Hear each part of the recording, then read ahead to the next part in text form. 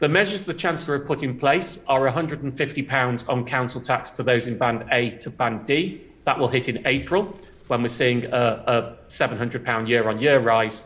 And then the £200 not loan system that comes in October, which polling we've done via YouGov suggests around 57% of people would choose to opt out of if they could because they don't like the gamble on energy prices. Only around 26% would opt into it. But even if you take both of those measures and you were to pretend both were cash, that is £350 to cover a typical £1,300 a year bill. £1,300 a year increase. That is clearly not enough. Now, some people can shoulder the burden, and we do have to shoulder some of the burden. This is a market, and for years we've had a market-based system. That's not a choice I will get into. I'll leave that one to politicians. But within our market-based system, there are many people who will not be able to afford a £1,300 a year rise, especially with only £350 worth of help.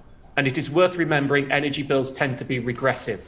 The difference in what the very highest users pay, the very richest pay compared to what the poorest pay isn't that big. It's pretty flat. It's almost a poll tax.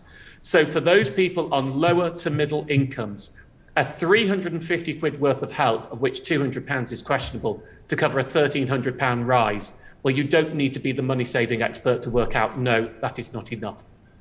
Thank you for that. And in terms of what the government could be doing to support households, and particularly those who are vulnerable, have you got any suggestions?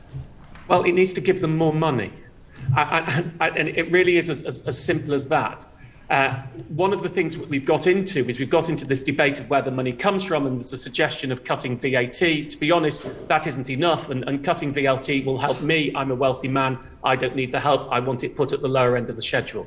So there's lots of places you can choose to get the money. You can get it from general taxation. You can get it from borrowing. You can get it from windfall taxes. I will leave that to macroeconomists. As a consumer finance expert, I will say we need to pump more money into the system, or we need a vulnerable customer price cap, which will have to be funded somehow. That means that vulnerable customers don't see these rises. The rocket science is not how we fix it. You fix it by making people's bills cheaper. It's having the political will to get that done, and others will have to work out how it's paid for. I'm afraid that's not my expertise.